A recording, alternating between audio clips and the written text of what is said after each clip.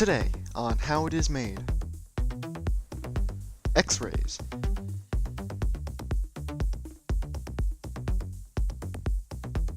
Memes.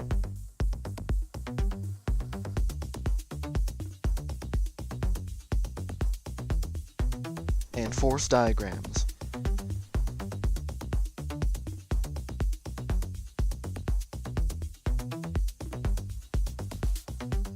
Ever since their discovery in 1895, X-rays have played a defining role in medicine and health around the world, so much so that its discoverer, Wilhelm Conrad Röntgen, received the Nobel Prize in Physics for it in 1901.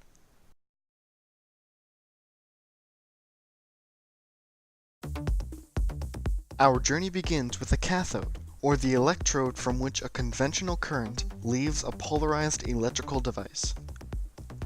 The electrical current exits the cathode and travels down an invisible conveyor belt called a high voltage field to the next stage of production.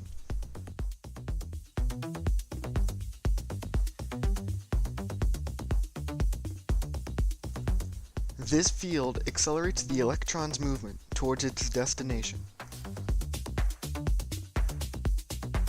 The voltage of the field varies from company to company, but this one here operates at 50 kilovolts.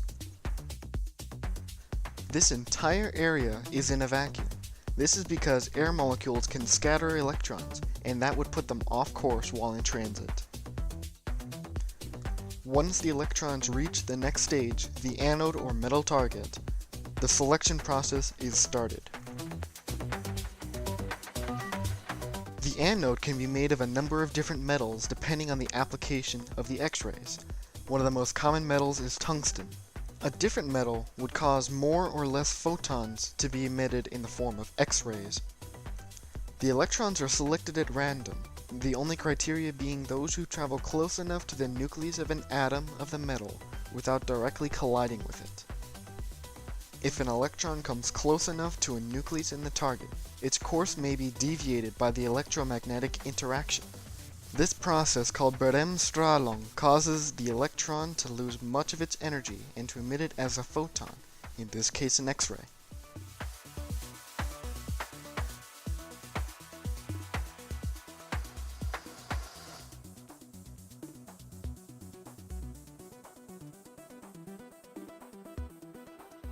The energy of this photon can be as much as the energy from the original electron, or as little as a nominal charge.